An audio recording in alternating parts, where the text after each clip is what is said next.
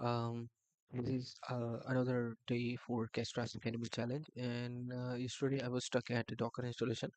But after that, I have successfully installed Docker due to some hardware installation issue from my local machine. But now it's running perfectly fine. As you can see here, it's running perfectly fine, and I have the Docker, sorry, Kestra's file here open. So let's start with the concepts one by one. Flows. Every journey begins with a flow. A flow is your workflow's container. It holds all the tasks you want to execute and defines how they work together. Think of it as a recipe. It lists the ingredients, uh, task, and the steps to follow orchestration logic. Flows can be created through the flow editor using YAML, no code editor, as well as with the AI Copilot. So where is I define flow here? So you can see there are already some flows defined here. Let me click on one of them. So after going through it, let me do this, and if I can work on this good. I don't know what else you can have on it. So what is happening here? I don't know. So, oh, first task, second task is running. Log, we have topology, daily first task, and I will have my hello world, and now the output hello world. I guess that executed. The overview will be success, state success, namespace is tutorial, flow is hello world, user Ricky Ashley, uh, API delete, deleted, attempt to one, last 7 days, metrics, metrics, outputs. So with this, what happened? I don't know return data. Exit code is 0. Task um pass container. This one is output files. Container ID. This is my topology for so the daily workflow is trigger collapse.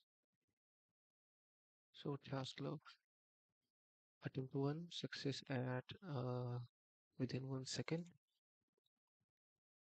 Second task, what is it? It looks exactly 30 second around.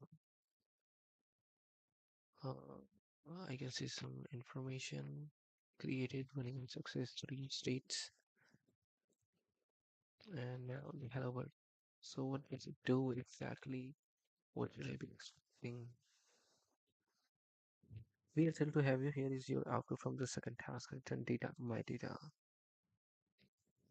So this is the console.info. That's the thing I can say. Welcome to Kestra.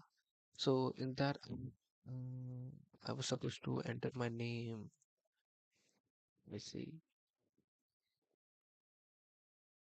Let's work on edit flow.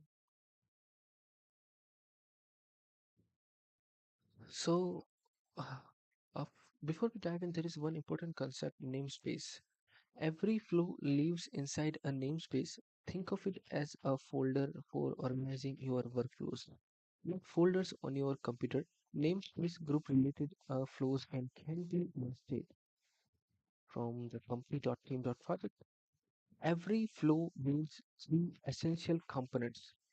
One is ID, another one is namespace, another third is task.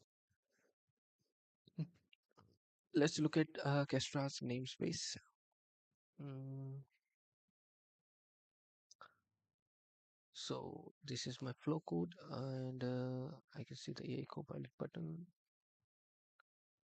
I can say anything I want here, like Let's see, allow, not currently I want anything, but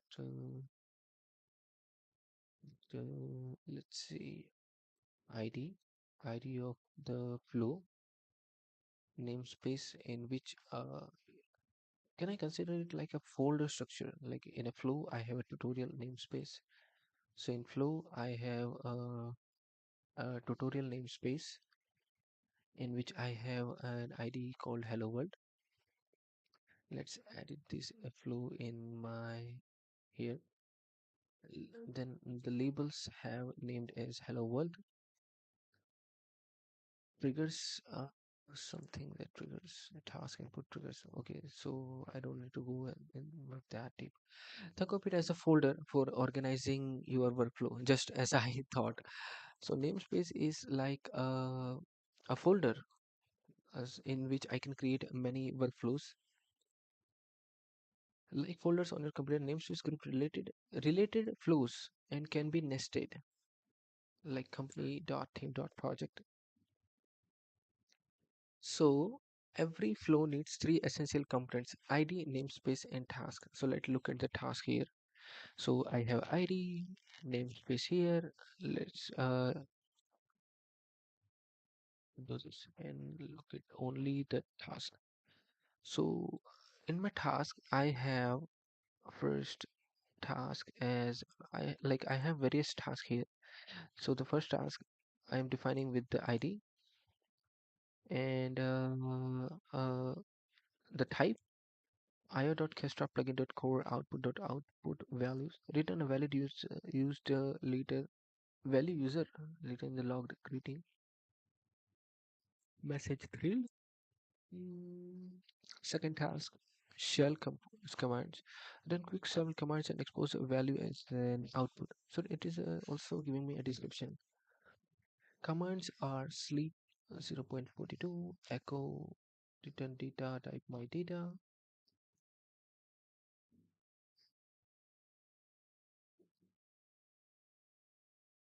Then I have an ID called hello world, which will be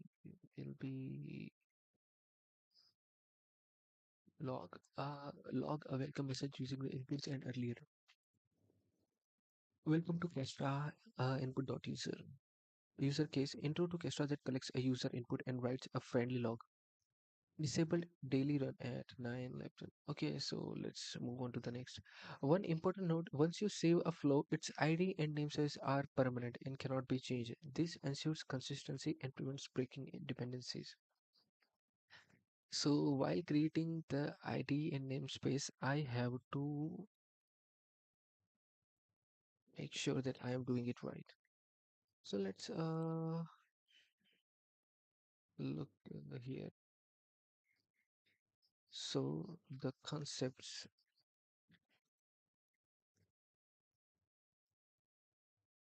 So first is flow.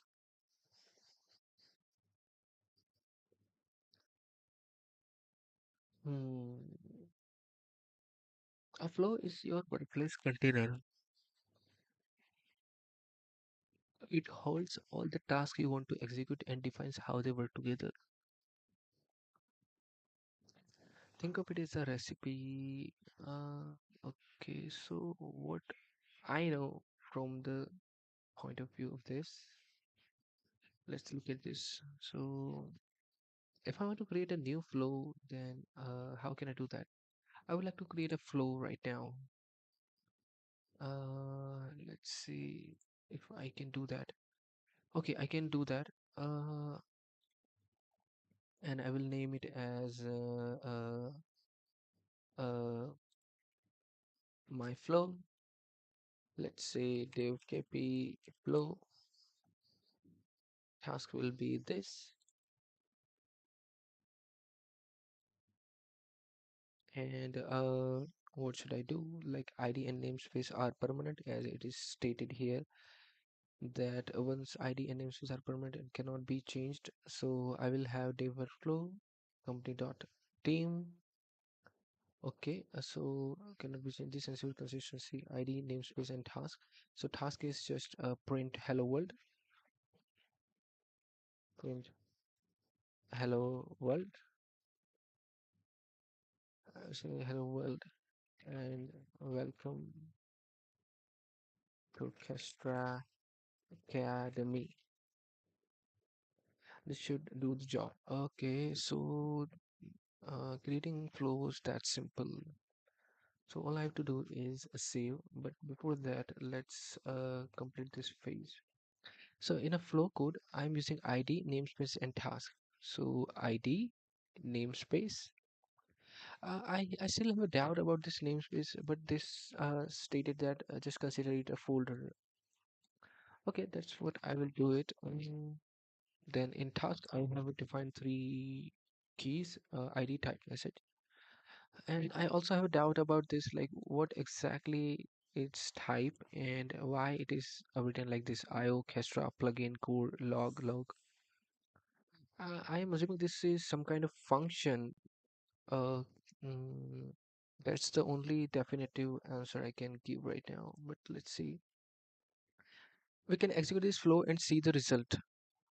So all I have to do is save.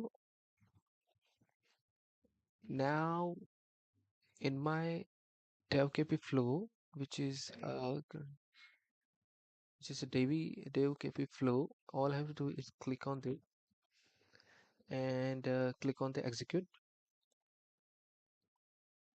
Other properties, I do not have any call command or something, but let execute it. So the name of the task is here, print hello world, and I think it's successful. Let's look at the logs. Hello world and welcome to Kestra Academy. Okay, so that is the log I say. So it is a simple task, just a logging of that, and the outputs, it's not giving me any kind of output. Why? Let's see. The logs are there. What is grant? Is it listing of all the tasks that have been done or success or failure? And they are also listing how many attempts it did took to complete it. So no variable, no inputs, flow outputs is straightforward namespace from the company and replay execution starting from the beginning. Yeah, I would like to look at the API. Let's see. Oh, right. ID, namespace, main execution. Okay. Flow ID, flow revision 1, task run list. Essays, print hello world, state is success, state created, running success.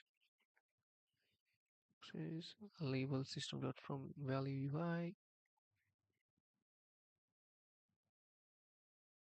original ID, attempt number 1. Okay, this looks neat. Okay, so let's see. I got the message. This simple example, this simple example shows the basic structure, an ID, namespace, and a single task that logs a message. But a flow with just one logging task, it doesn't do much. Let's add more capability. Yep, I would like to do that as well. Now let's look at this. So this is where the real work happens. Tasks are the individual steps within your flow.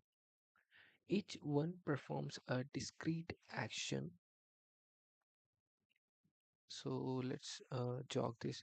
So to define a flow, I'll have to create a ID, namespace, and task. These these three in YAML file. Now what I'm learning is task. How to create a task or write a task. This is where the real work happens. Tasks are the individual steps within your flow. Each one performs a discrete action. Tasks are incredibly versatile. They can send HTTP requests, run code in various languages, query databases, transform data, send notifications, and much more. Tasks can process inputs and variables, then produce outputs that can be consumed by downstream tasks. and even other flows. This creates a powerful data pipeline where information flows from one task to the next. Think of tasks as the building blocks of your automation. Want to fetch API data from an API? There is a task for that. If you want to run a Python or SQL script, there is a task for that. Send a Slack notification when something completes. There is also a task. By changing tasks together, you can build sophisticated workflows. So in the example below, we are now got two tasks, our original log task with our hello world message and a new HTTP request task that make a get request to Kestra.io. Okay, so again, I have to update my workflow for that. So execution and let's go to the workflow. And in my workflow, I'm going to edit the workflow. And in my flow code, let's see what is no code. Let's see, I don't need documentation. I don't need a topology. Okay, if I click in here, then I can add a task, select a task, proxy, and I do have bunch of tasks listed here. I don't know what these are all, but push name switch to from Git. But I can assume that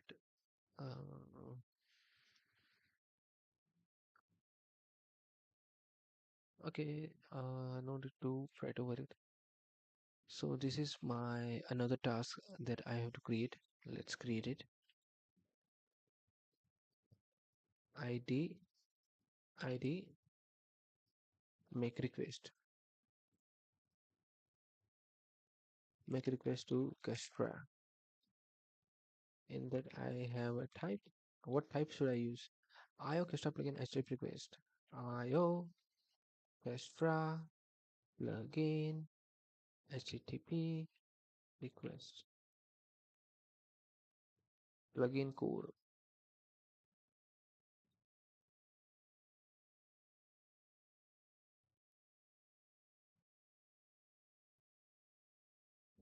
And the URI is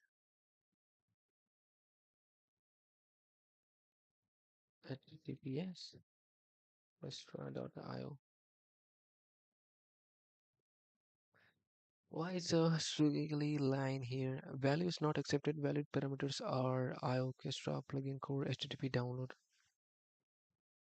I mean, request is in capital. Okay.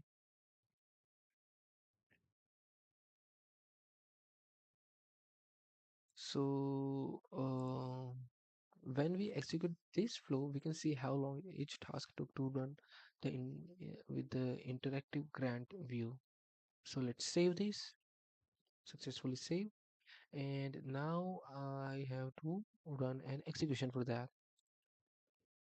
I'm not passing any parameters, so I would like to look at the grant. Okay, so that's it. Let's look at the topology. So hello world printed really fast, then it took exactly 2 seconds to visit Kestra.io. Let's look at the logs. There is nothing in the log section. Let's look at the grant view. So they were saying that I can see the exactly seconds it took to run.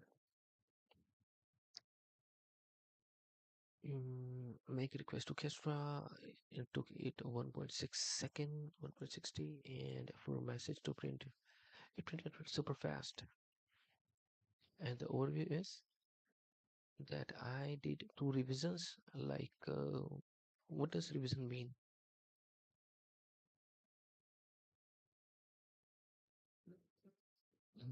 The feeling is that I get I'm playing some kind of logical video game or something. The feeling that I get from the Kestra is like I have to create a workflow that lead me to next level or something, which is kind of a little fun because otherwise it will seem really boring. Let's see. Type of task. So let's see what I got from the task. So a task is step in the flows task. I can have multiple tasks, one after other in the order that I want. So task in Kestra fall into two categories, runnable task and flowable task. So what does the runnable task mean is that perform that actual work. These are the examples we just discussed.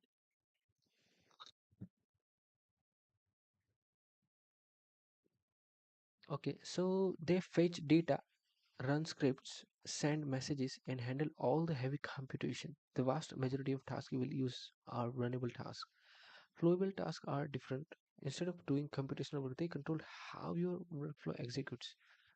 They handle orchestration logic like conditional branching, loops, and parallel execution.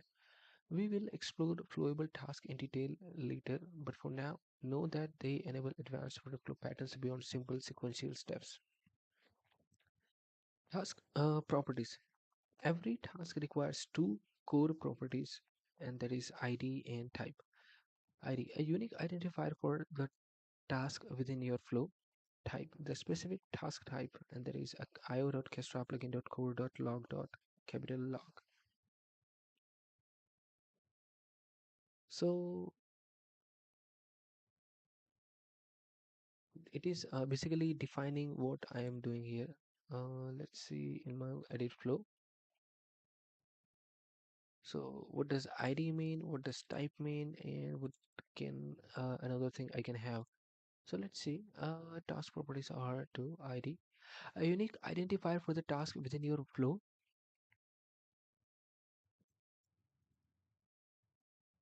and a type. So the specific task type, like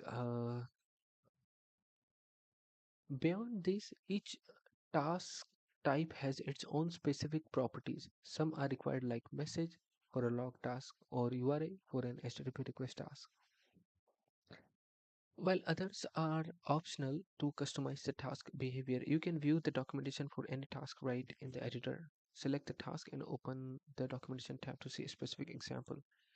Okay, select the task. So I'm selecting the, okay, so I have to select a type. And if I select this, okay, so I can directly see that the example of it.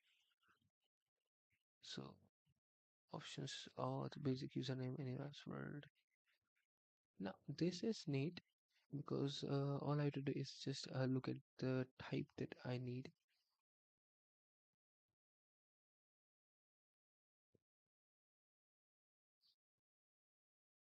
Okay, so make an HTTP request authenticated with digest or the RFC. Uh, let's see. Kestra flow edge request authenticated API key passed in the query params. ID, URI, method get, namespace.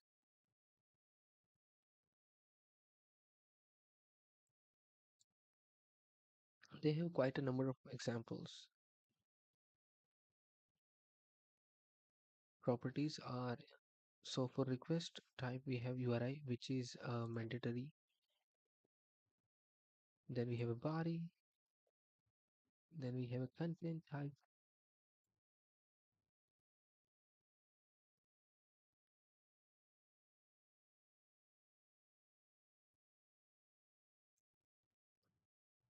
Then we have a definition. So basically, in which I do, it's gonna give me few examples as well. So for the logs, dev KP flow, compute team. Let's try to change this. Flows. Let's see. Read only property.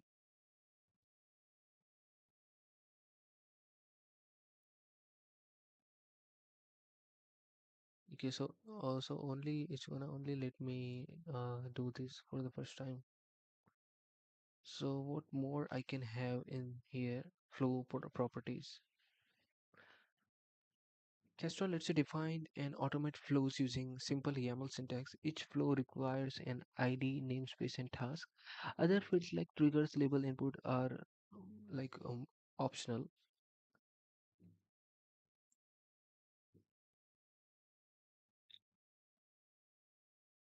We have input, output, label, description checks, SLA, finally. So I mean, there's gonna be bunch of steps, lots of it. Well, move on to the next. Beyond each documentation tab, I just looked at it, and it looks really great. Runnable and flexible task list interesting. It makes workflow more flexible.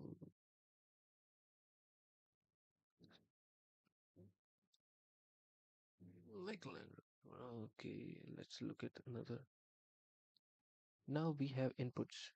Inputs make your flows dynamic. Instead of hard coding values, you can you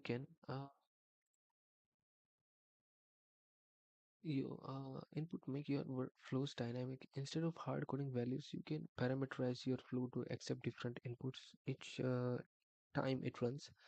This means you can execute the same flow multiple times with different values. No code changes needed. For example, instead of hard coding a file name or API endpoint, define it as an input. Run the flow once with data January CSV, then again with same flow with so it is trying to say is I have to do some task.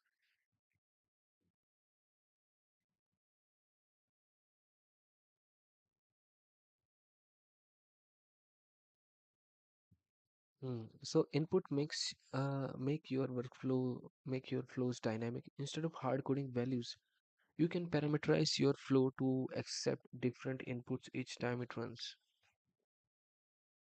This means you can execute the same flow multiple times with different values. No code changes needed. For example, instead of hard coding a file name or API endpoint, define it as an input. Run the flow once with data. Input properties are ID, type, then default. So I have to define something called input ID, then I will have type.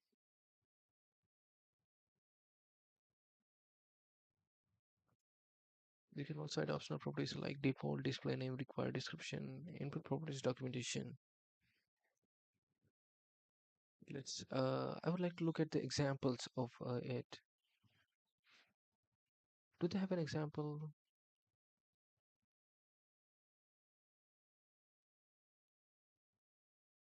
Use input validators in your flow. Not like this.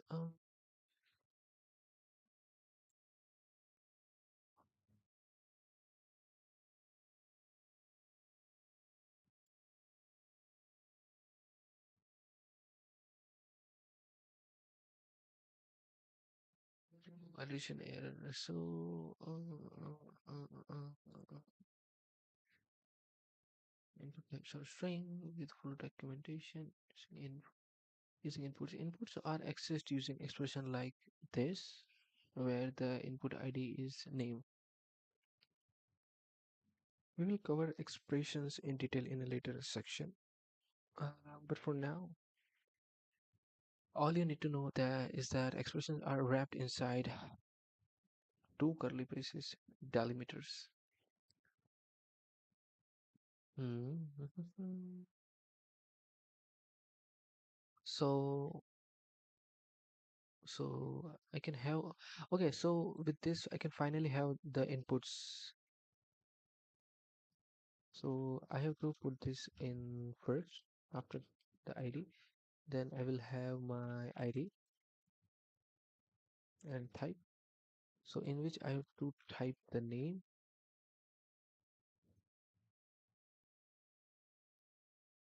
person, and I will have a type string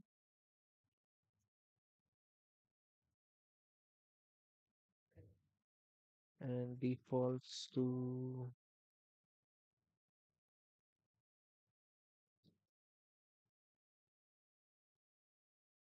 John Doe, and in the task,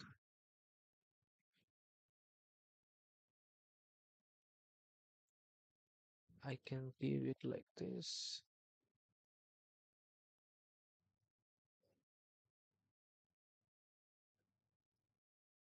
You can have inputs dot id, input dot id. It's not taking that name of the person, and I have to wrap it into double curly braces. Is that it? What about this?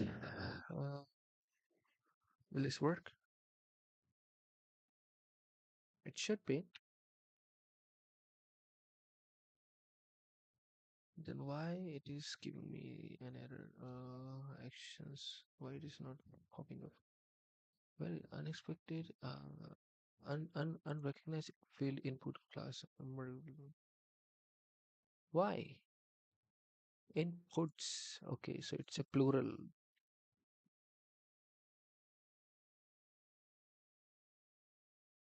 Yeah, this one.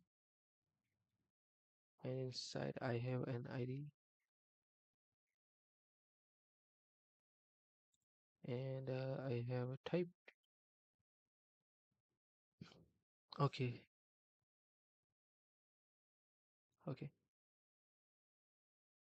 Now the message dynamically uses whatever name input is provided, much more flexible than our original static hello world message. When you click execute on a flow with inputs, Kestra presents a form where you can enter or modify the inputs values. Okay, so let's save this and execute it. No, I don't want the name. I want my name. So my name is this, and I would like to execute this. Okay, so there is some error. Good, at least I'm seeing something. Unable to find input used in the expression, and welcome to Kestra Academy. Yeah, right. So inputs.name. Okay. So in my this inputs.save, again execute it. Now I will do is what calling and control enter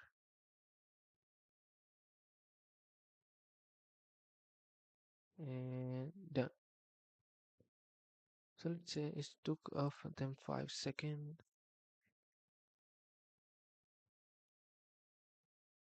It is printed immediately. So there's gonna be and okay, hello. I should put this here. Hello. Because oh, I like to have save and then execute. And let's say just execute it.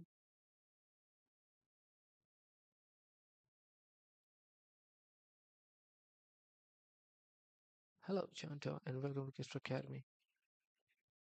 Okay, okay. Let's go to the edit workflow. And now the message dynamically uses whatever name input is provided, much more flexible than originally. Yep, definitely. And when we execute this, we will see a new log message with our input. Definitely, saw that. So now we can pass data into our flows within inputs. But what about getting data out of our task? That's where outputs come in.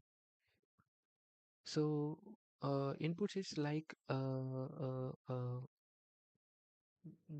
arguments that we pass to a function, kind of very similar to that.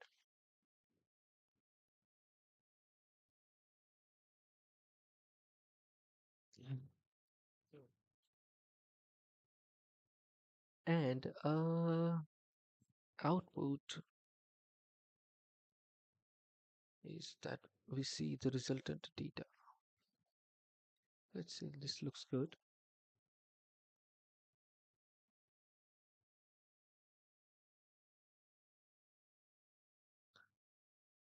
So now, but before that, let me check what is input. So what I know is that it's like taking user inputs like passing arguments in the function, passing params in the function.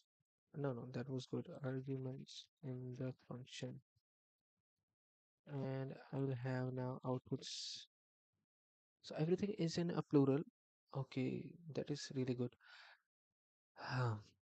Outputs are the results that task produce during execution. When a task completes its work, it can generate outputs, data that gets stored in the execution context and becomes available to all downstream tasks. Not every task produces outputs, but most do. Each task defines its own output attributes depending on what work it performs. For example, an HTTP request task outputs the status code, response body, and headers. A database query task outputs the rows returned. A script task outputs any data it prints or returns. Outputs are not limited to simple values like strings and numbers. They can also be files. When a task generates a file like a CSV export, a generated report or transformed data, that file becomes an output that can be passed to a downstream task. For instance, a Python script might generate a data file which a subsequent task can then upload to cloud storage or send via email. This is where the real power of workflow emerges. The output from one task becomes the input for the next, creating a pipeline. Let's see viewing outputs. Let's see output in action. Remember an HTTP request task from the task section? Definitely. Is the flow with just that task? Namespace is okay. When we execute this flow, we can view all outputs in outputs directory. Okay, so let's create another but before that I would like to copy this. Going into the flow, let's create another flow which will name have a name of like this. TMQP flow only HTTP request. So I would like to remove the inputs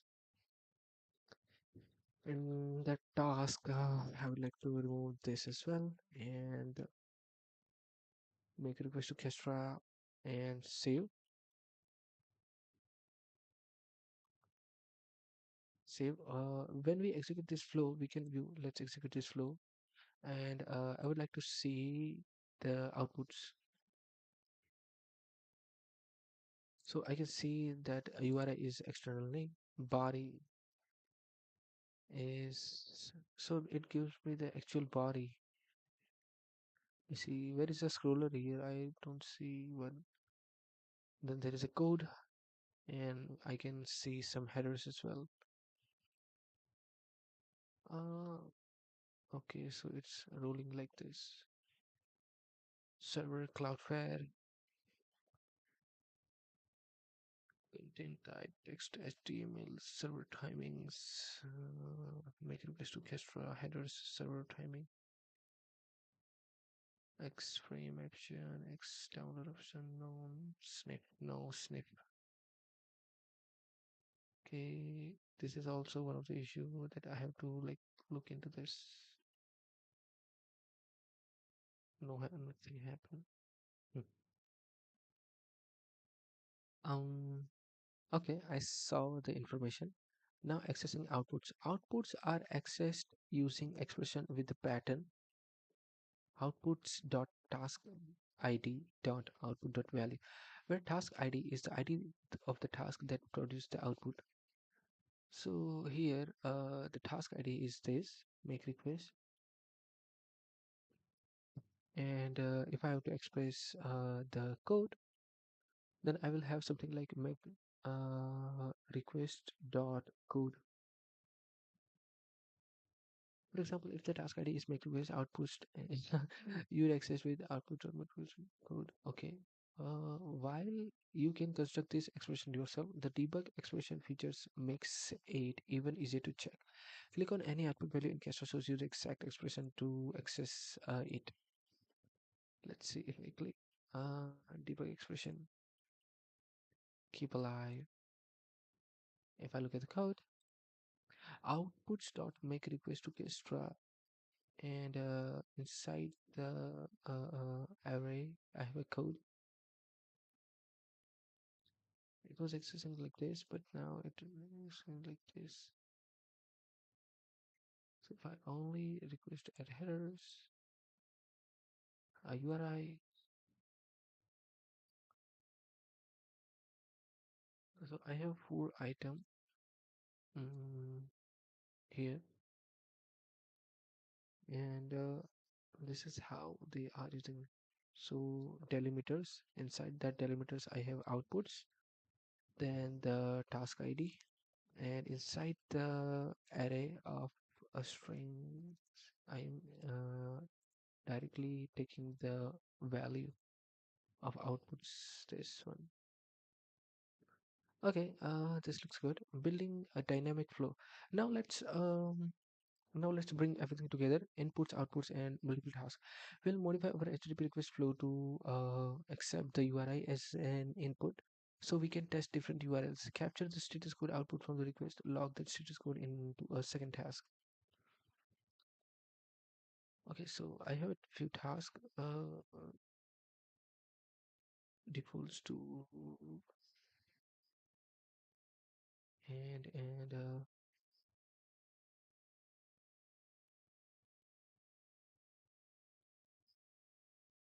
okay, so all I have to do is edit the workflow. I will have an inputs. I will have ID, uh, take URI. Then I will have my type. Uh, what should I take ID as type as a URI? Now I will have defaults. In defaults, I will have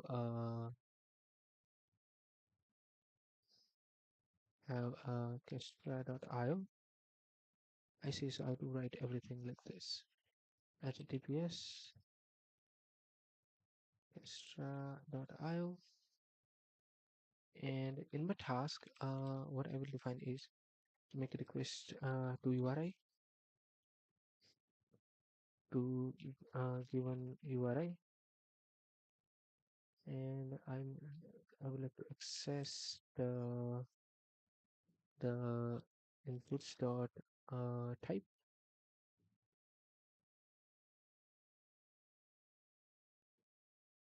take URI.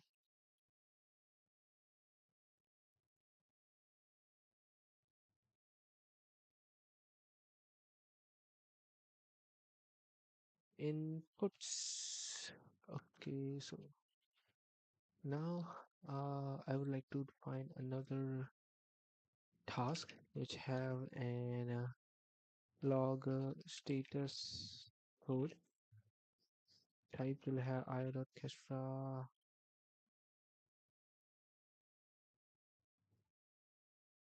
plugin.core. Where is the log, man? Log. In the log, I will have a message. Message can be inside the double quotes. Status code is this. So I will have outputs dot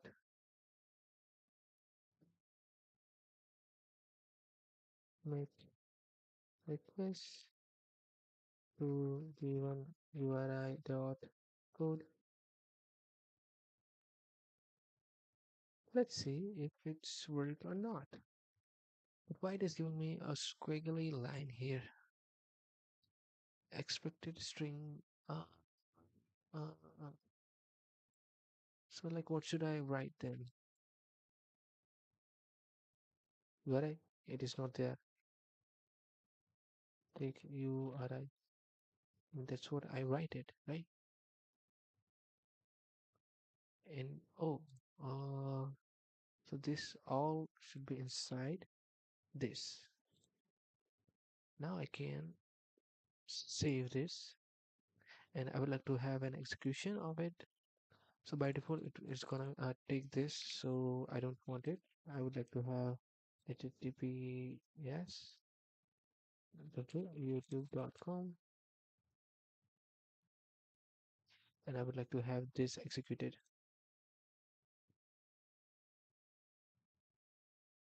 Make request. Okay, it's accept, and okay, so it's give something,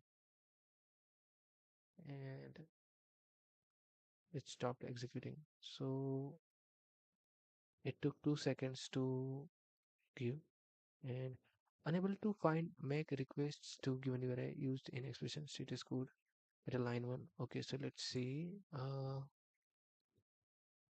Make request. I'm gonna copy this and I'm gonna paste it here. Let's say I'm gonna save this again, and let's execute this.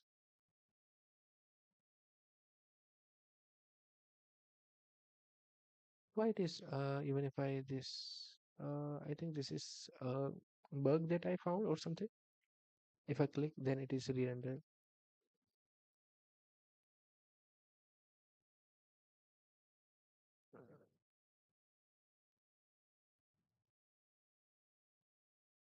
So execute.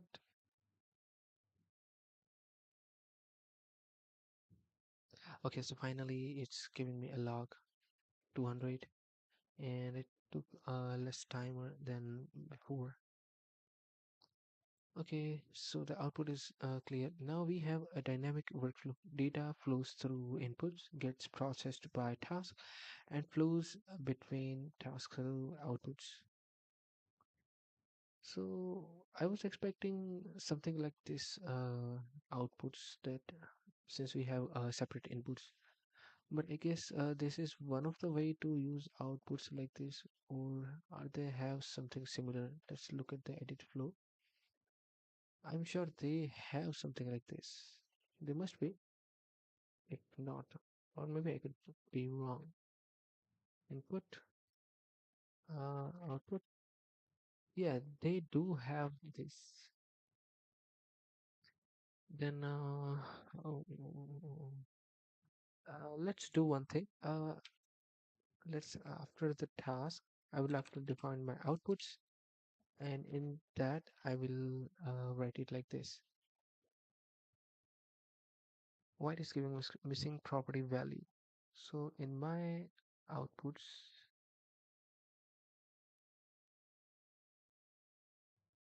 in my outputs,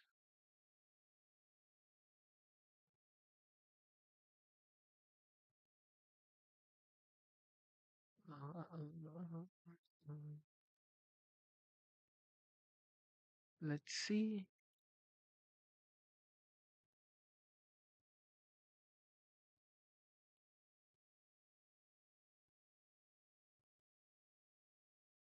Data such as password. So even in the official document, they are using inside the task, not as a separate, which is kind of. Oh yeah, there is one. Flow outputs. So ID type string, ID final. Okay, so let me use ID log status code type string.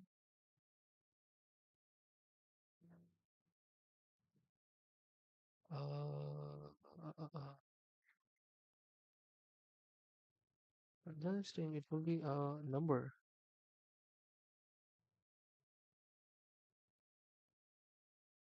But then again, there is something array, right? Unrecognized field message, and outputs what we have is value. Let's change this to a value. Now, I don't know, let's look at it. Save, I would like to execute it. Let's see extra.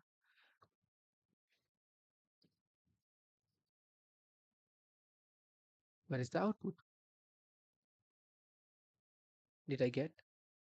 Make request to given URI dot code. So let's see in the outputs.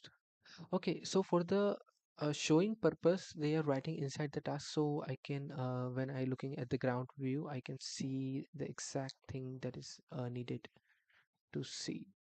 Otherwise, the working conditions are same. Okay, okay, okay. So workflow components outputs.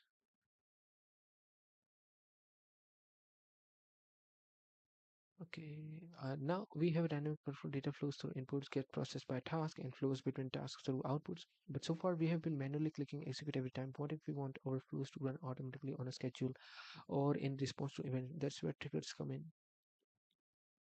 Let's go.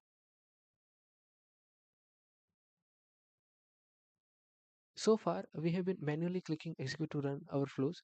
But what if you want your workflows to run automatically? That's where triggers come in. Triggers are the automation engine of Kestra. They automatically start flow execution based on various conditions. No manual intervention required. Think of them as wait, before that I would like to have. So they are the outputs we can do them like I did in inputs. Let's see, define. And now the next thing is triggers. So far, we have been manually clicking execute. So now we have, if I want to run anything automatically, we have triggers for that. Let's see, we have been continuing for 1 hour or something. So let's have a 10 minutes break. 5 minutes should be enough, I guess. Let's have a break.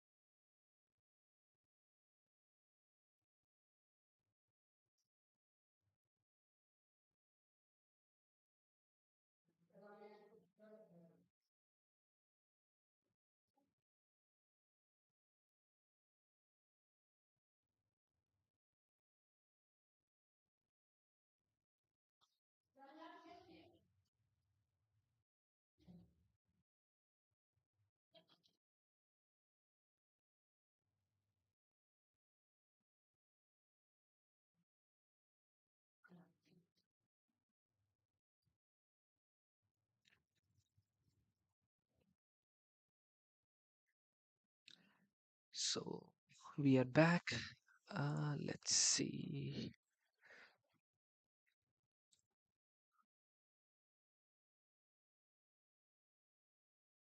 Okay, so we were on the triggers and how to write them.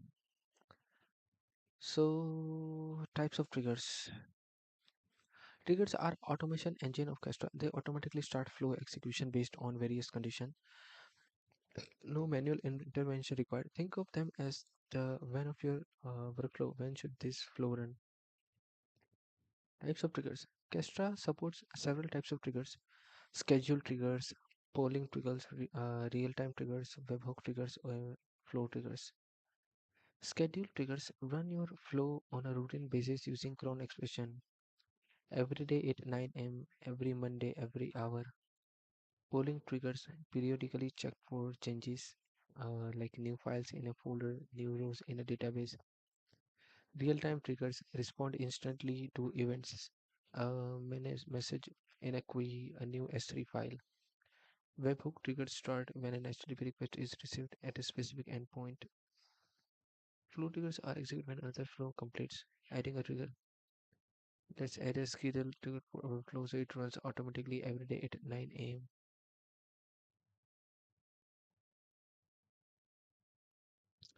So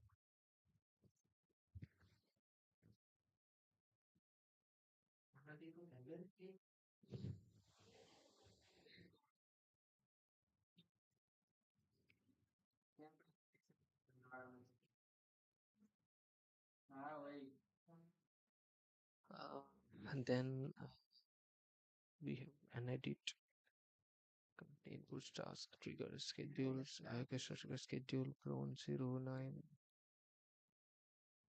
So let's add a schedule trigger to our flow so it runs automatically every day at 9 a.m.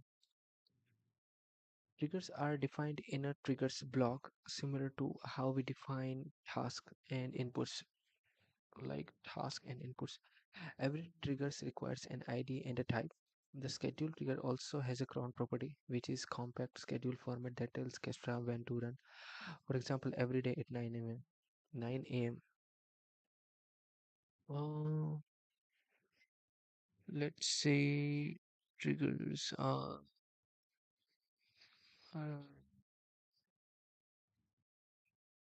so maybe this is how you write triggers. But what I want to know is that any kind of order of writing this, like input must be first.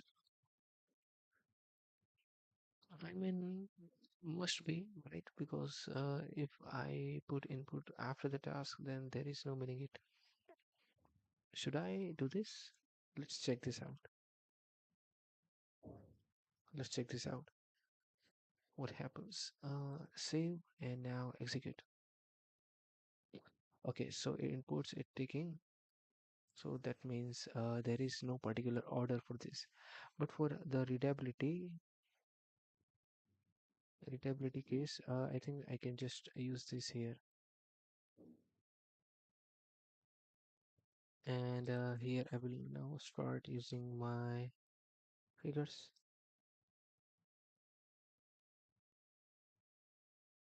So let's copy this and I would like to create another flow which has let's say save and go to the flow, and I would like to create another and dev kp flow triggers, and in which I would like to have this, and let's move this one and have this, so in which I will have that triggers,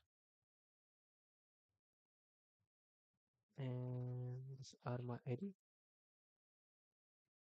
So here I will use the schedule word. So it is scheduling. Hmm. I.Kestrop.plugin.code trigger.schedule and Chrome type.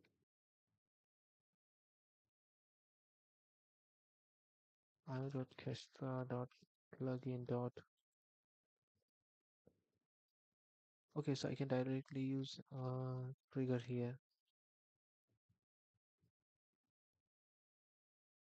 Give me the trigger schedule this one. Now cron will be 0.0900. So every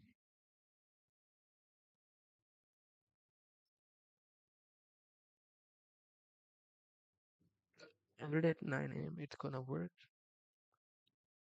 Input is URI. A task is this. Depending on the trigger type, there will be additional required properties like on for schedule triggers. Uh, Passing inputs through triggers. So triggers can also pass specific input values when they execute the flow. This is particularly useful when you want automated execution to use different inputs than manual runs. For example, you might manually test your flow with a staging URL, but have the schedule trigger automatically run with the production URL. You can also use this for different triggers to pass different parameters. So I have ID, namespace, then triggers, and let's see. But first, let me execute this one. Save, and I would like to have an execution of it. Not task overrun, so it's going to be directly created in. And topology. So there is a schedule topology is running.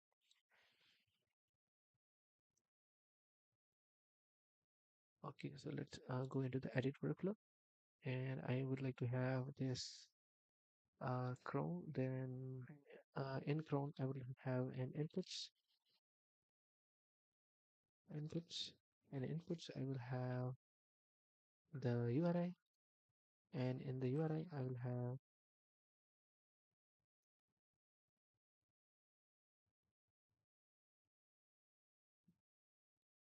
have a youtube.com.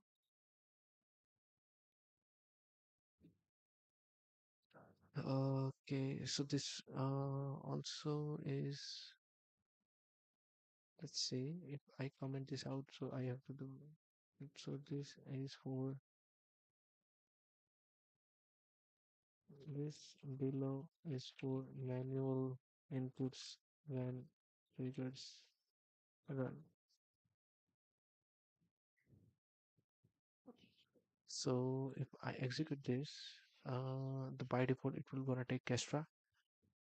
So and then it will run make request to Kestra given me anything, and I will have my grant view logs are there. Then a topology. If I click on it, if I right click, nothing happen.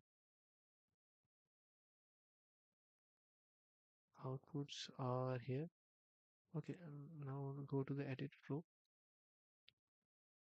Now, when the schedule triggers fires at 9 a.m., it will check Kestra IODOCs instead of the default Kestra multiple triggers. Uh, Flows can have multiple triggers, enabling sophisticated automation scenarios.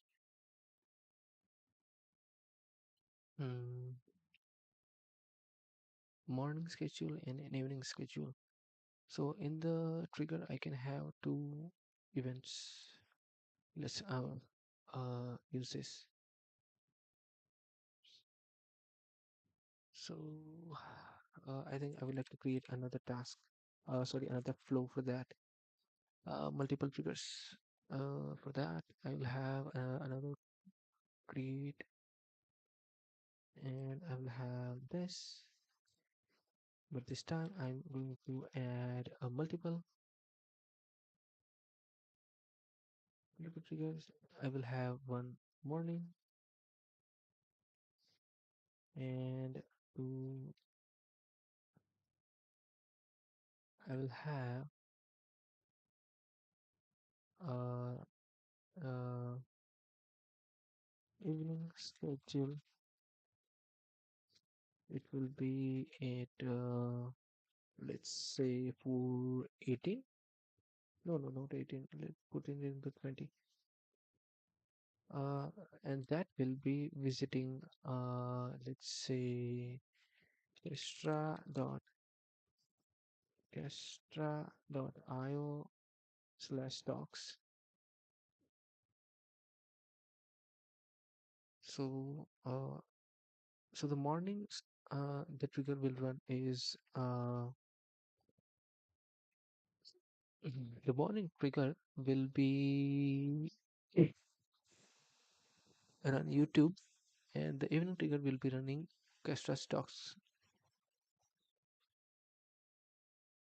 Everything is same. This flow now runs twice a day at 9 a.m. checking Kestra and 8 p.m. Kestra plugins. Uh, Same flow, different schedule, different inputs. Additional trigger features.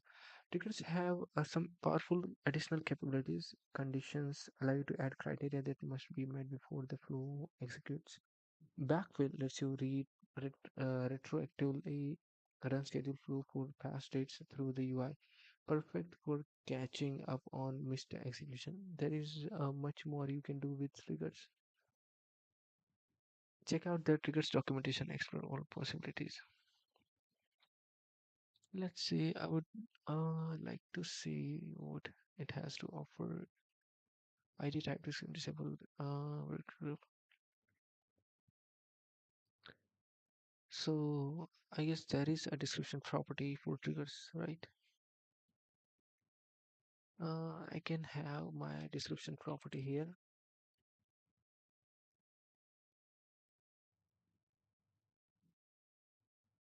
In the morning, and I can also have this one is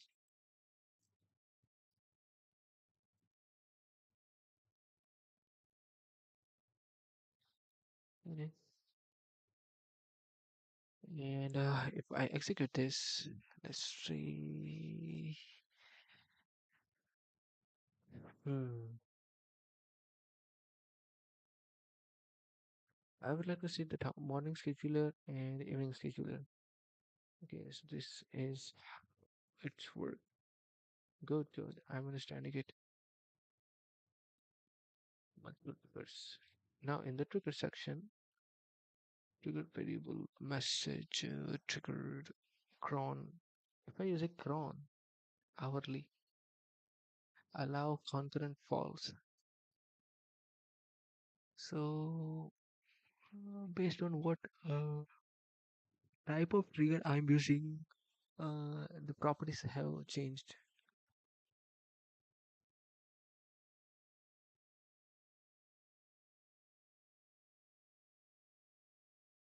SQL query, these are triggers like PostgreSQL query trigger.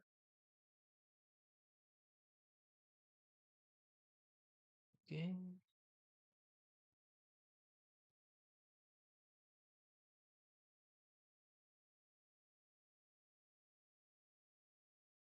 Mm,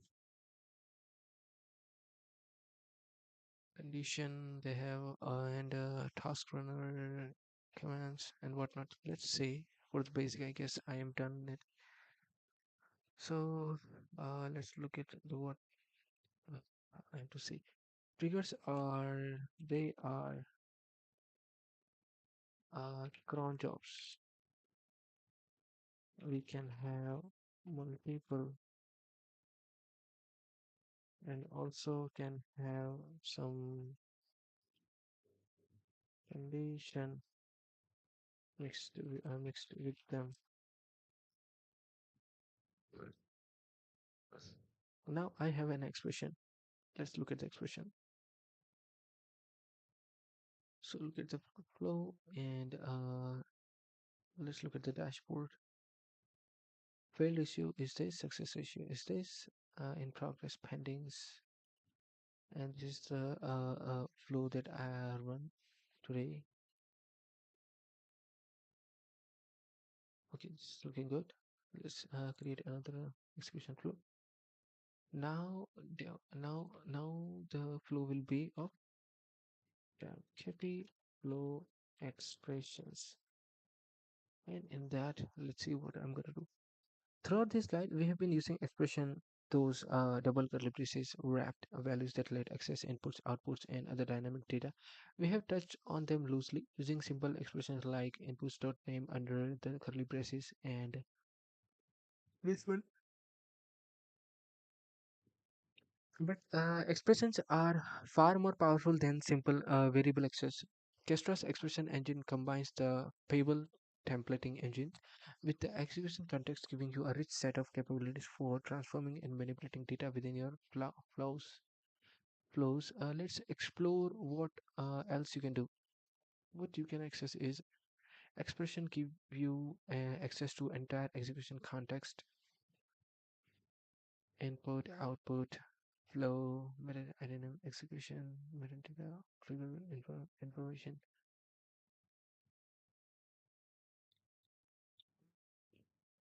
Okay, so filter and function. Beyond simple access, you can transform data using filters and function. For example, convert string to different classes. Written 12.3 string to number. Formal dates to in this format. Date is like this. Parts and manipulate JSON. Value to like this. What is this? jQuery or something like that? What is this?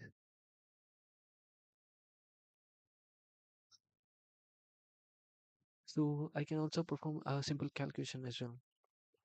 These are filters and function for almost anything. Check out the expression reference for the full list. Now we have what do they have here? Table, syntax, filters, and function.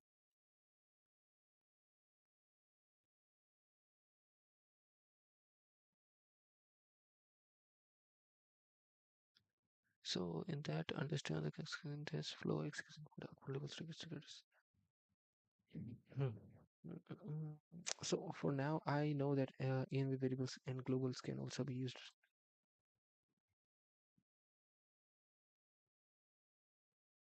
How does execution date to in this format?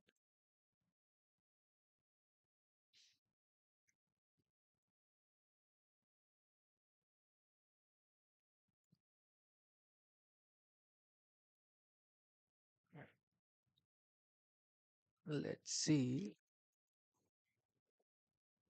the debug expression. Hmm. When building complex expression, use the debug expression feature in the Kestra UI to test and validate your syntax before running the flow. This helps you catch errors early and understand what data your expression will return. So let's see. Now they have updated here code is called debug expression. For a complete reference of variable expression, you see it like this. So,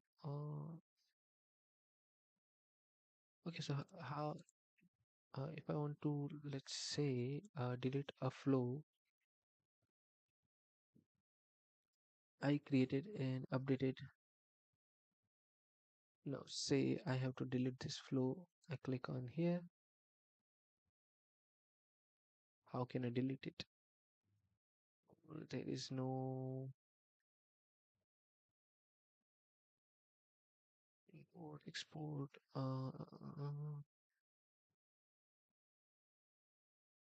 microservices and APIs, data engineering pipelines. Okay, let's see.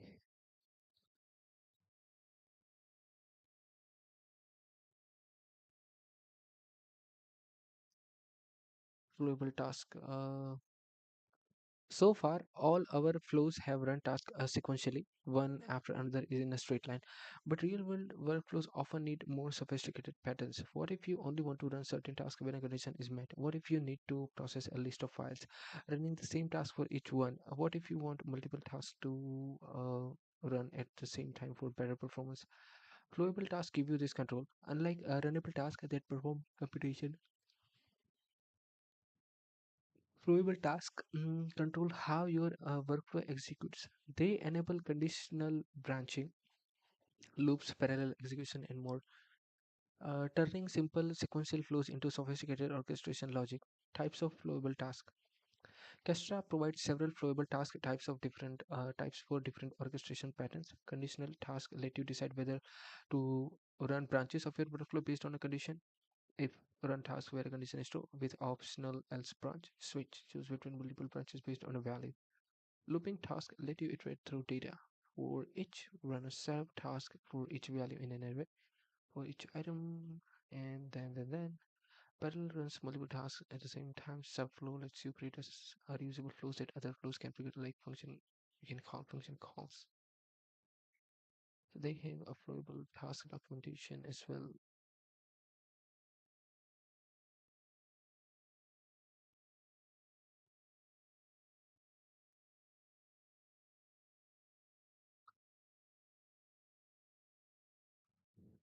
Let's work in using conditional logic. Let's improve our HTTP request flow with conditional logic. Previously, we just logged the status code. Now we'll use an if task to provide different message based on whether the request succeeded or not.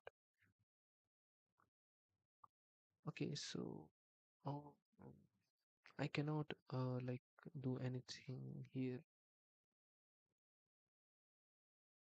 So just as I thought, I have to create another workflow for a flowable task.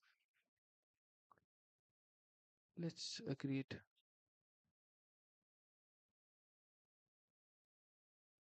Gabriel. Gabriel flow flowable task, and in which I would like to have input like this, and let's copy this and put it here and save. Let's have this fill lines of code here.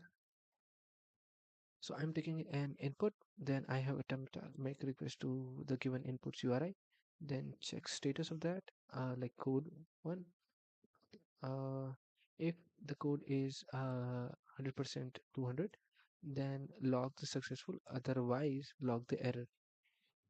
So let's say, since I have already seen the successful variable, let's see this one and execute it. Let's see what we got. Uh, in a topology, I would like to see how, since I'm getting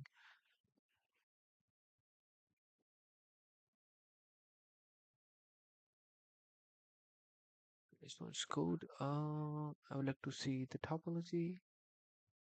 One task run, check status. It didn't need to go the logging error in the logs, so logs, logs, and if I restart, okay, now if I do this and save,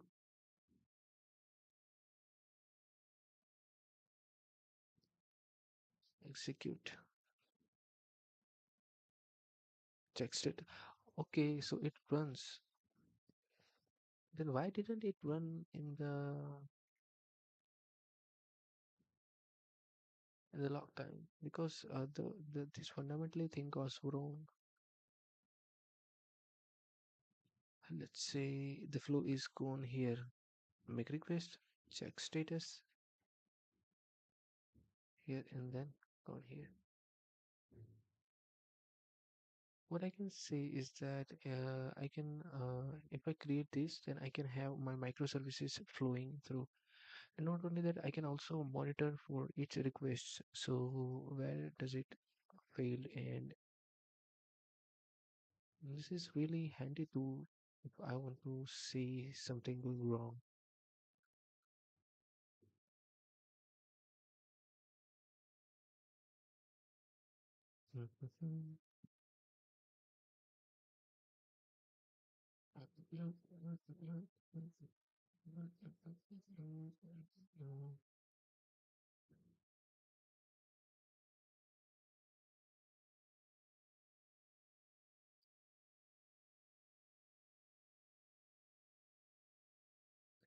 Yeah, but I just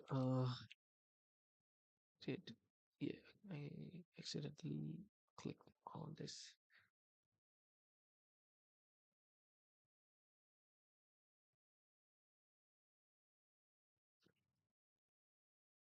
So I did. If the task evaluates, then perfectly happen. Looping through data.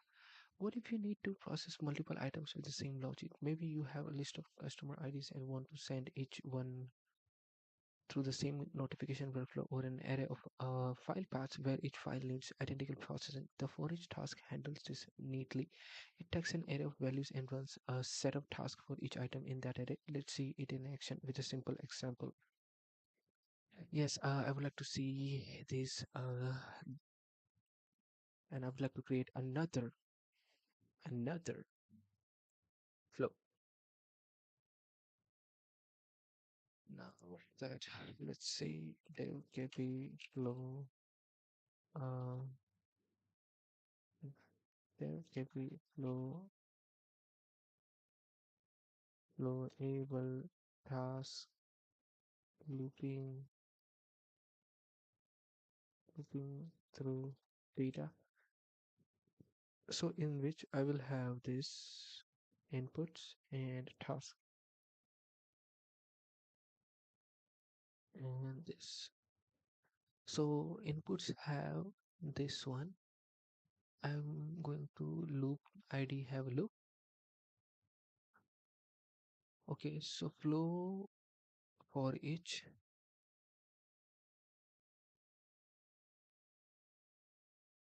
inputs data.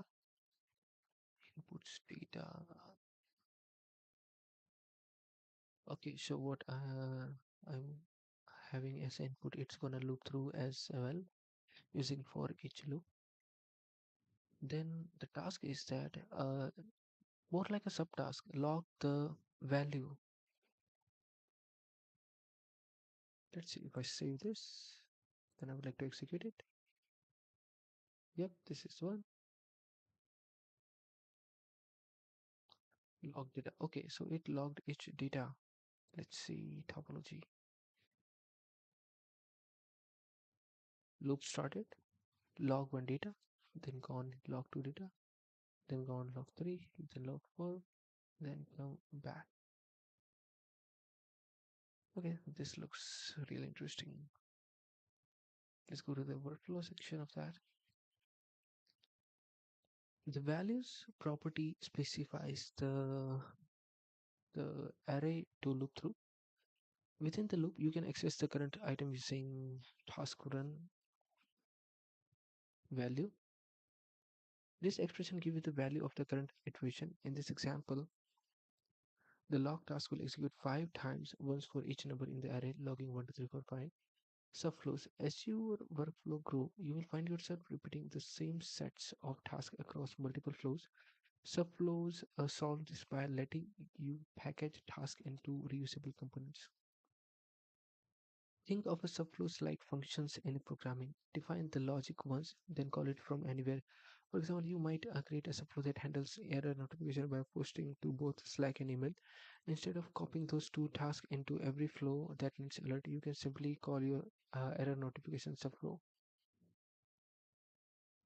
So let's take our AWS example and turn it into a subflow. First, let's create the subflow. Okay. Okay, for that, I would like to create another flow, and I will have the name devcafe flow.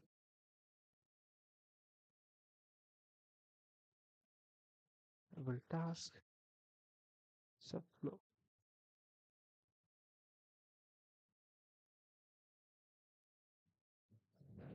Okay, so inputs I'm taking this.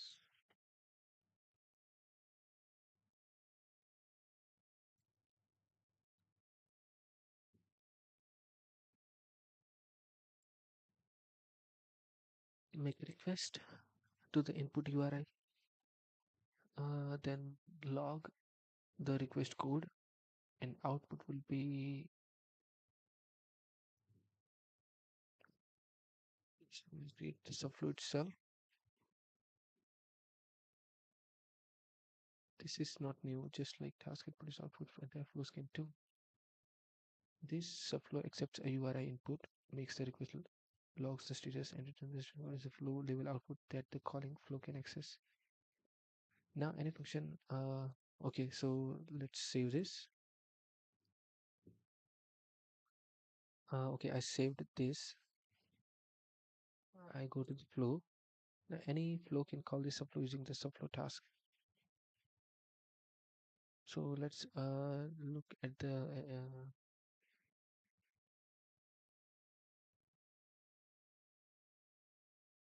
flowable task in which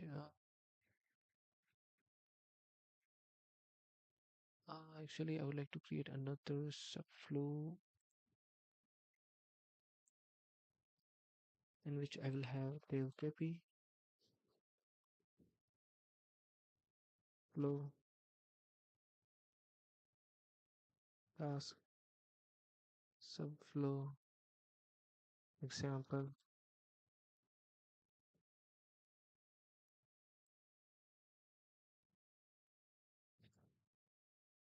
So in which I can use something like this.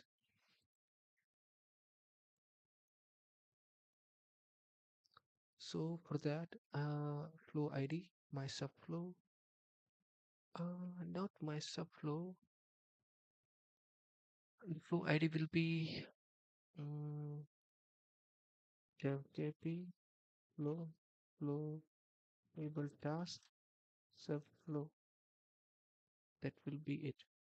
Let's see if I save this and if I execute this. Wait, why didn't it? Okay, so input I'm directly passing it. I would like to see the subflow created new execution for flow task for task subflow. Okay, log status code 200. I would like to see the topology. Let's go. Let's go. Expand. Uh, uh,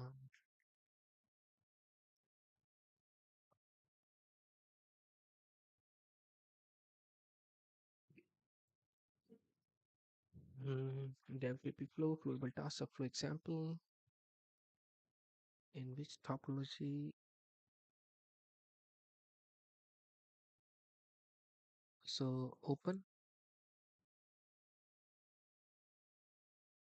in make request and task. So why wasn't it expanding?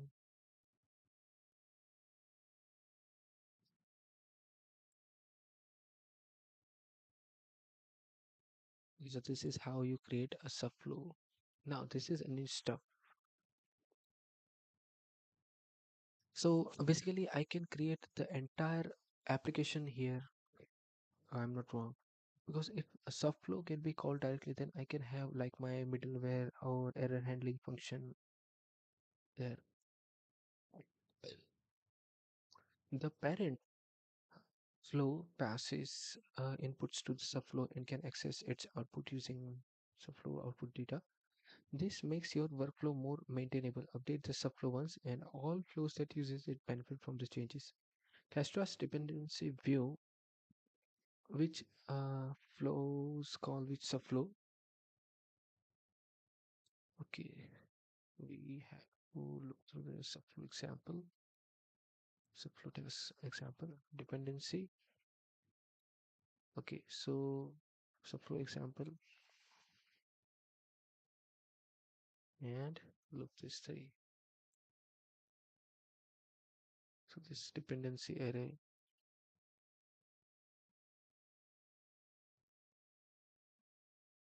dependency view shows which flows call which subflows, helping you understand your workflow architecture at a glance. With uh,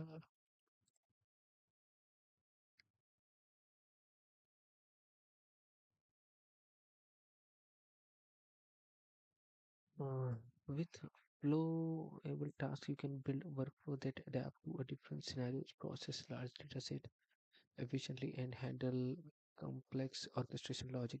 They transform Kestra from a simple task runner into a sophisticated workflow orchestration platform. So if I have to comment, This flowable subflow task felt more like function calling, and I think this gave me more. This gave me ability to handle more complex subflows. Like I can directly call other flows into the current flow. All I all I have to do is manage my inputs and outputs.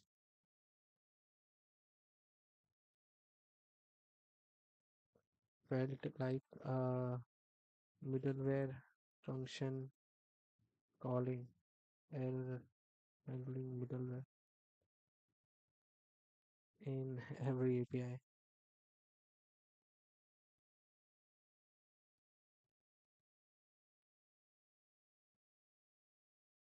This is neat.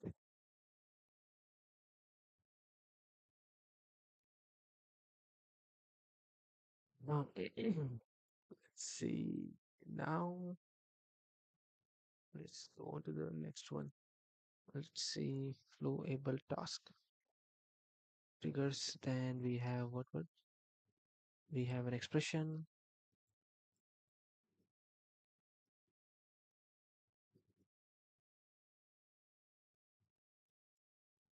here. Then we have flowable task. Two types. Uh, in flowable task, main two types actually. Common, simpler, and subflow, which will have a function calling type. Now I am working on execution. Throughout this course, we have been executing flows to see our concepts in action. But now that you understand how to build flows with task input, output, triggers, expression, and flowable tasks, it's worth taking a moment to understand what's actually happening behind the scene when your flow runs. An execution is a single run of your flow, your workflow in action, performing the steps you have defined. Every time you click execute or a trigger fires, Kestra creates a new execution. Think of it like pressing play on your workflows. The execution is the recording of everything that happened during that run. Execution are made up of task runs. Each task in your flow gets its own task run within the execution. This granular tracking means you can see exactly how each individual task performed, how long it took, what output it produced, whether it succeeded or failed. Where I can see. Okay, so I have to just go to the execution part,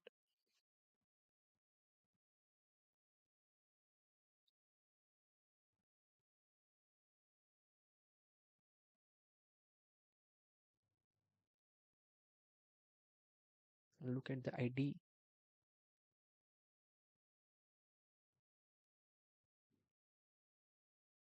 So this is my execution. So as they mentioned, this is really a log of it.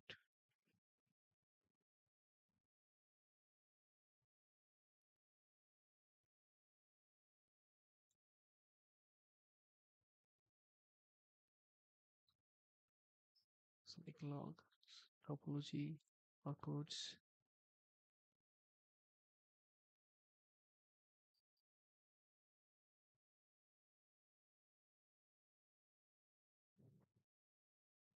This is enterprise, I guess. This is an API. This is trigger rendered. Subflow orchestra. This one.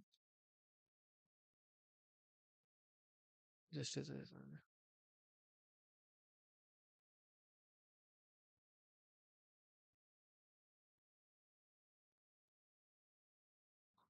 It's an R made of tasks. The progress and analytics in the granular. They are literally a recording of it, right? Execution states. Every execution moves through different state as it progresses. The key states you will see are created. The execution has been created but hasn't started yet. Running tasks are currently executing. Success. All tasks are completed.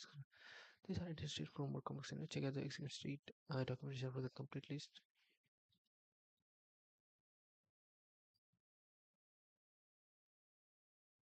What execution track? Execution give you rich insights into your runs. For each execution you can view multiple visualization views like the Gantt chart showing task timing or the topology view showing task relationships outputs all the data produced by your task and flow metrics perform data about your execution logs detailed information about what happened during the run replaying execution every time you save your flow code extra creates a new revision revisions. Okay, so yeah, every time you what? Every time you save your flow code, Kestra creates a new revision. So I mean, there are a couple of times that I created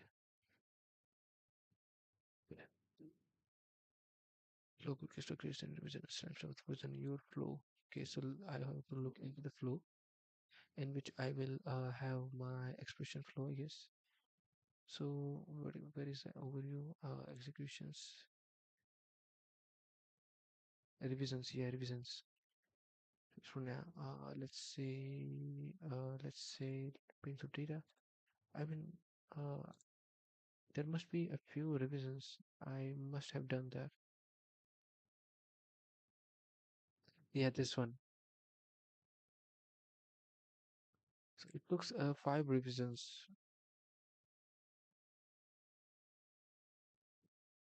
just like GitHub.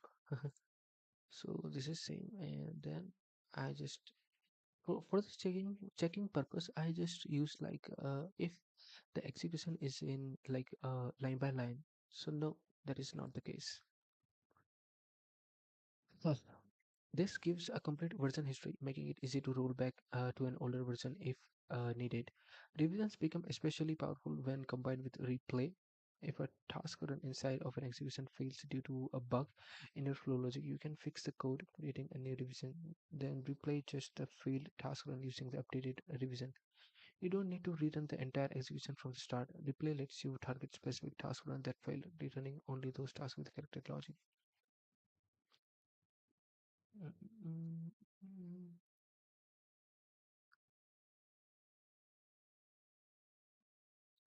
Basically, this was like in-depth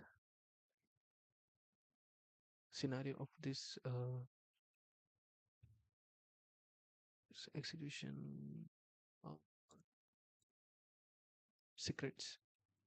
So, as you build real-world workflows, you will inevitably need to connect to external services like database APIs and cloud platform and more. These connections require authentication like password, API keys, tokens, and other credentials. But hard coding those sensitive values directly into your flow is a bad idea.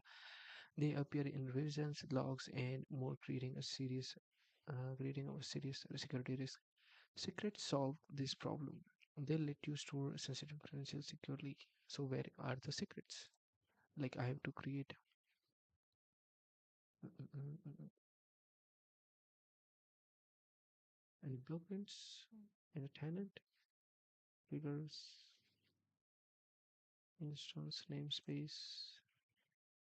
So I have a namespace called company, and in that team, I have another namespace called system. And the logs, I do have some logs. So let's look at these. Debugs, error trace. Let's say AI compiler. I don't want that. Uh, ETL, extract, transform, and load.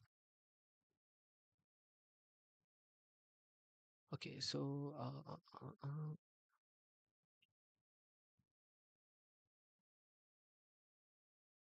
how secrets work? Secrets in Kestra are managed as a base64 encoded environment variable that begin with the prefix secret. When you define a secret, Kestra makes it available to your flows through expression. For example, if you have an API key you want to use as a secret, you first need to encode it. Then define it as an environment variable with a secret prefix.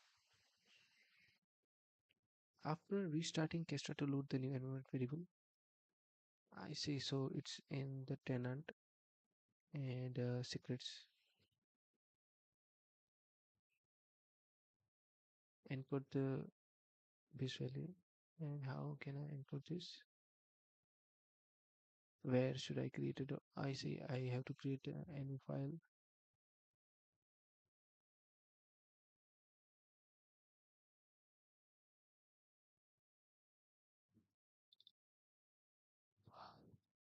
Bash script.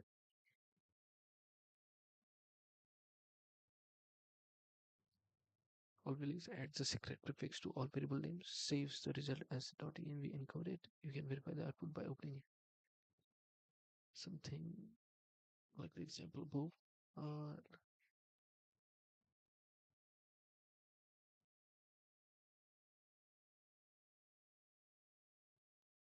this looks good. Accessing secrets and flow. Once a secret is defined, you access it in your flows using the secret function with an expression. Namespace task ID call API data headers authorization bearers secrets. Okay. The secret function exposing API keys and code and the value runtime. It never happened.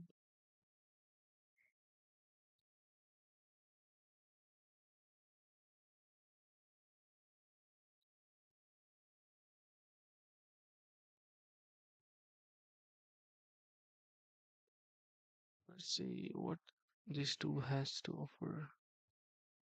Plugins. Yeah, actually, I wanted to know what are plugins. So, throughout this course, we have been building workflow using tasks like log and active request. These are core task built-in functionality that comes with Kestra.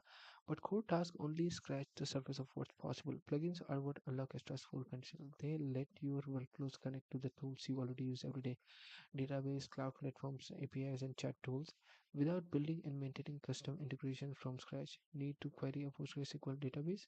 There is a plugin for that. Want to run a Python script? There is a plugin for that. Need to send a Slack notification whenever completes? Also a plugin. In fact, plugins power every task and trigger in Kestra. Even those core tasks we have been using, they wrap external systems, expose orchestration primitives, and let you extend the platform with custom functionality. Think of them as the integration or drivers that enable your flows to interact with the outside world.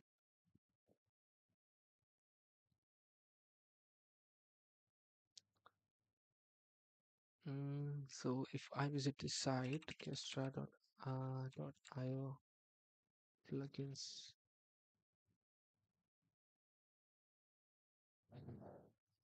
core plugins and tasks. So these are core AI.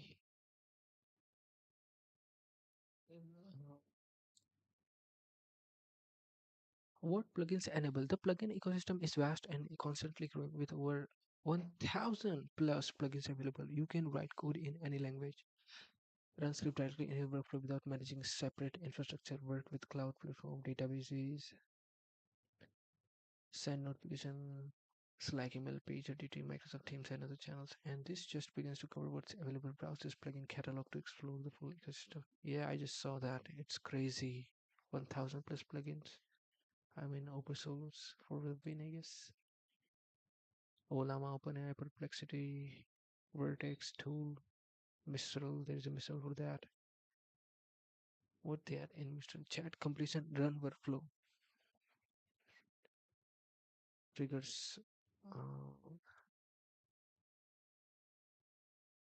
Release notes. I would like to see the release note for its specific board model.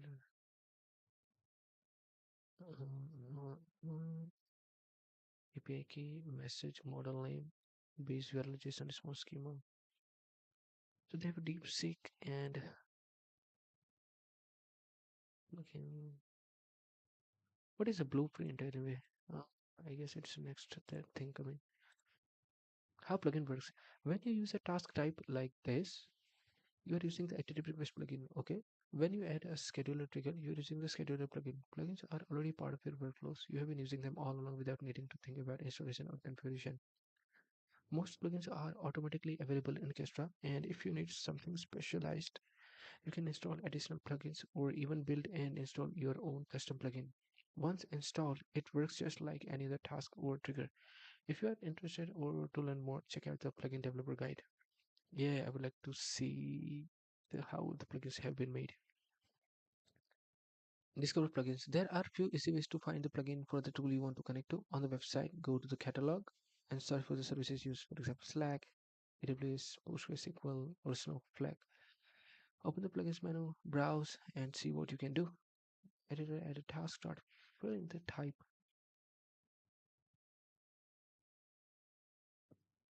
Just for everything. Yeah, let's see. Complete.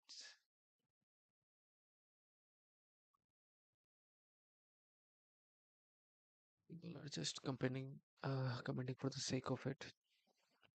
Learning workflow orchestration through documentation and examples is valuable, but sometimes you just want to see a complete workflow solution that you can adapt to your needs. That's where blueprints come in. Blueprints are a curated catalog of ready to use workflow example designed to help you kickstart your projects.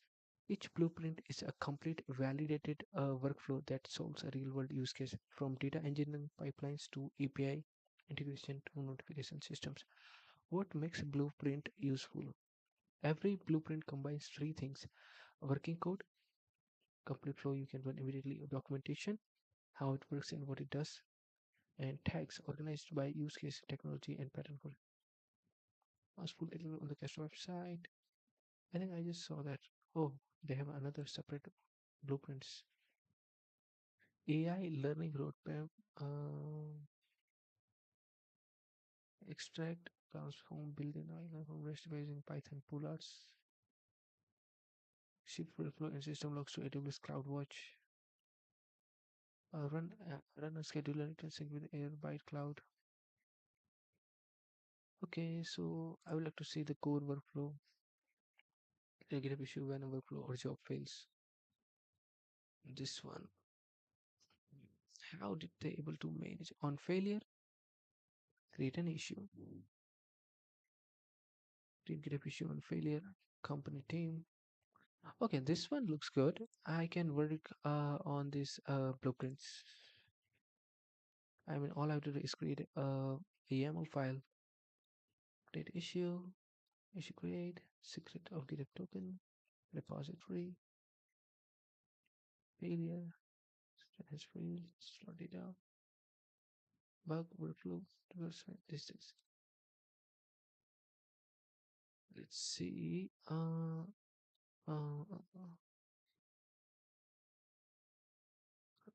But one of the most useful feature is accessing blueprint directly in the editor while you are building workflow. When you need inspiration or want to see how a specific task works, you can browse a relevant example without leaving the editor.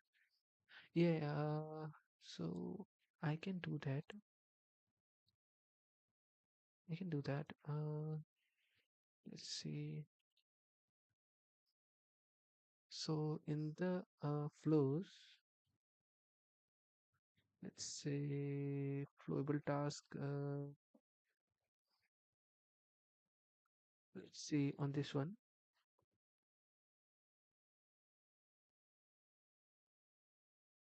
If no, I notice here blueprints. Blueprints. Not this one. Edit flow. This one. Blueprints. Documents.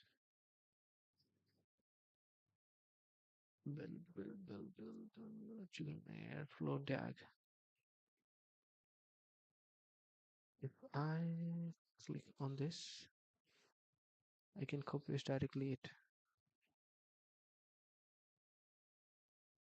Okay, this one looks neat. Mm. Blueprints are validated just so you know they work. When you are browsing the dedicated blueprints page in the app and You just need to click the use button to add it directly to your workspace. From there, you can customize it with your own inputs, credential, and logic. So, exploring the getting started blueprints. The getting started tag is a great place to begin. This what is it?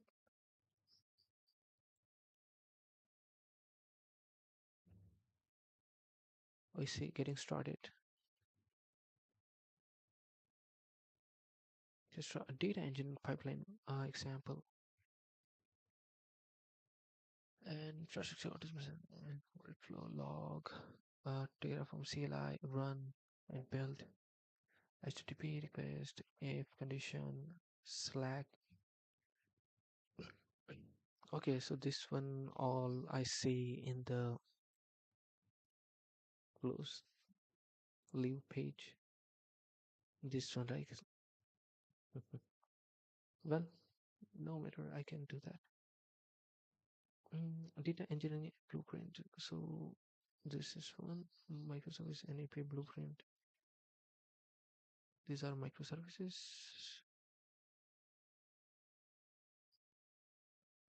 Processing DevOps automation business process, something different.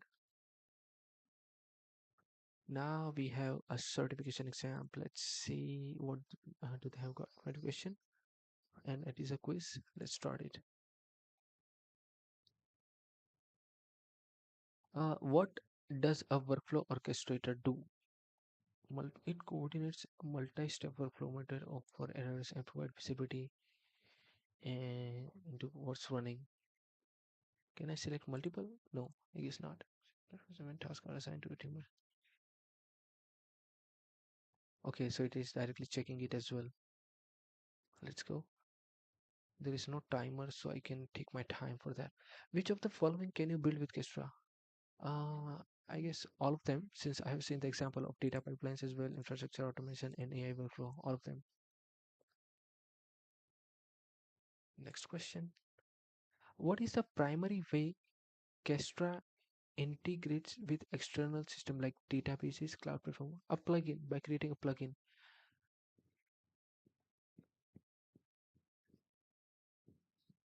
Yeah, this one through its extensive plugin is for that they have already created plugins for all of the systems. Which of these is a way to build workflows in Kestra? So we can use like for building a workflow, YAML code, no code editor. Mm,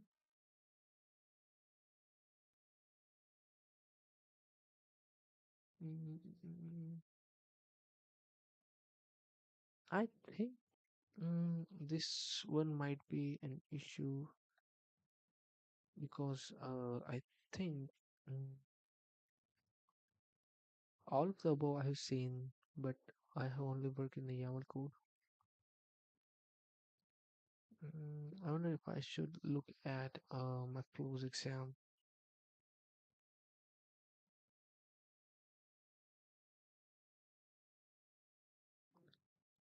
Should I look at the flows again to see if I can write flows introduction in an introduction? Excuse, not there either. This is cool. User voice building editor.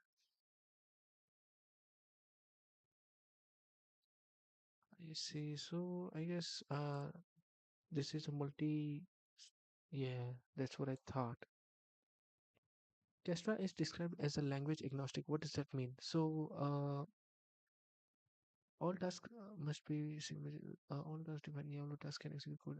Workflows are defined in which workflow must be using.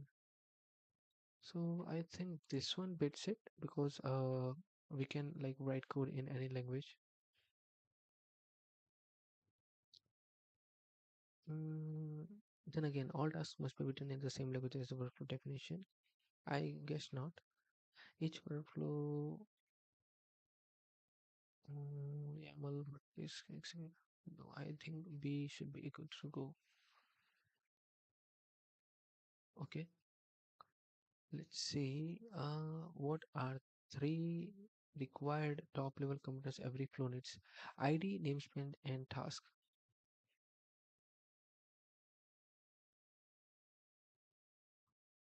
You need to share a reusable component across many flows. That means subflows, and you want to update so apply everywhere without copy pasting task. Create subflow and call it via subflow task. Okay.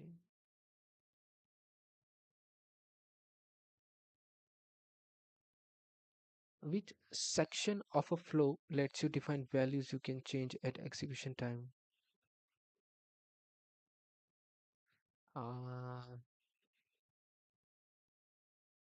Execution time, I guess outputs? No, but output just like give me the outputs. Inputs execution is like I can say give the inputs. Yeah, inputs. Okay. I do have my doubt on that, but take it. A teammate needs to access an HTTP status code produced by a task with ID make request in a later task. What should you tell them to do? Use an express referencing the task output in the form output measure for the exact output to be shown in the output tabs.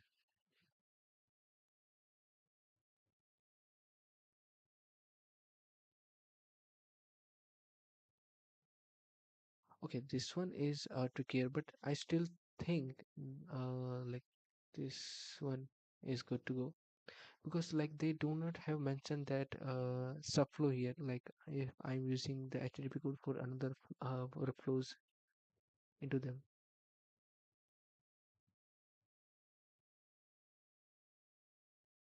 Mm, let's see. You want to avoid running downstream task. You want to avoid running downstream task when an HTTP request returns full XX code, but still log a useful error message, which pattern best matches how Kestra is meant to be used. So, for that, I will say, let's see, add a retry logic by duplicating the previous task in sequence and stopping after 1 second. Succeed. Use a flowable conditional task. Yeah, yeah, the flowable conditional task. So, like if an error occurs, then we have error logs. If an success goes, then we have a success log. You have list of 10 customer IDs and want to run the same sequence of tasks for each ID. Which approach fits? Use us use a for looping tasks such as for each and access the current item with the loops expression context. This one. You are building a flow where the second task needs a file produced by the first task. For example, in a CSV file, what is the intended way of connecting these steps? Write the file to know a path, have a task one produce the file as an output, then reference that output in task using an expression. Well, I will go with this one. An expression that parses JSON is failing. Which UI feature should you use it to test the expression interactively? Debug expression. Well, I mean, there are other way I can do this, but debug expressions are a great way to do that. You want to monitor both Kestra.io docs and Kestra.io plugins with the same flow logic, but at a different times of day. Then I will have multiple schedules triggering in the same flow, each passing different inputs.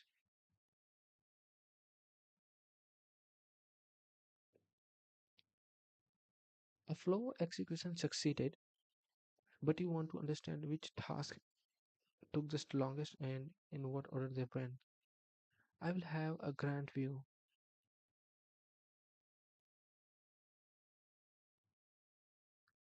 You are asked to add an API key to a flow. Which option best follows the guidance in the searches secrets section?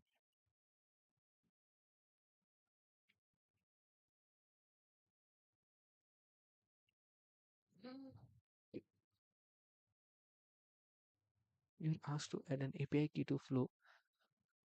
Which option based? So Store secret and reference not damaging secret from inside expression. Yep, this one. You want to explore what integrations are available in Kestra. Where should you go? To the plugin catalog. You are new to Kestra and want a complete working end-to-end example that you can run immediately and then adapt. What should you reach for? You are new to Kestra and want a complete working end-to-end example that you can run immediately and then adapt. And click on use.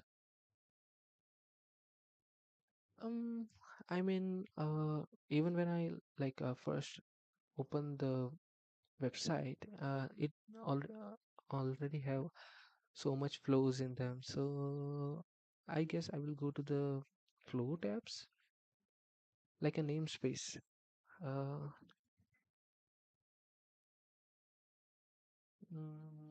Then again, blueprints already have a working flow, like getting started and something like this. Let's see. Oh, it's work. You found a blueprint that matches your use case, but it needs your own API endpoint and credential. How do you go over this? Change the blueprint text so it appears under your team's rename the blueprint because names control which plugin version you use. Click use, then customize the flow code by referencing credential by a secret function. Yeah, this one good. Let's see. In the flow editor, what is the quickest way to view a plugin task property? In a flow editor, what is the quickest way to view a plugin's task property? Select the task and open the documentation tab. Grant view for the last execution. No, I guess not.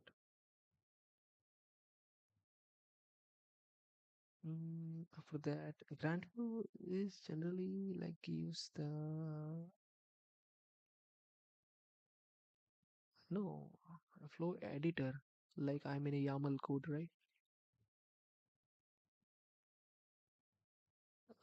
I guess the sidebar of documentation, like I have here, for example, if I added workflow and this one documentation, so I guess submit answer. Let's see, view the result.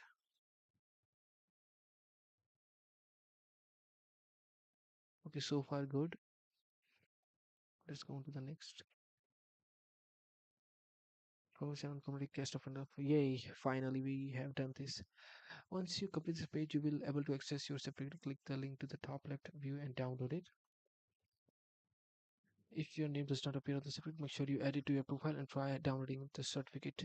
Okay, I have done this. Okay, so I guess this was it, and here I am ending my stream. Thanks for the heads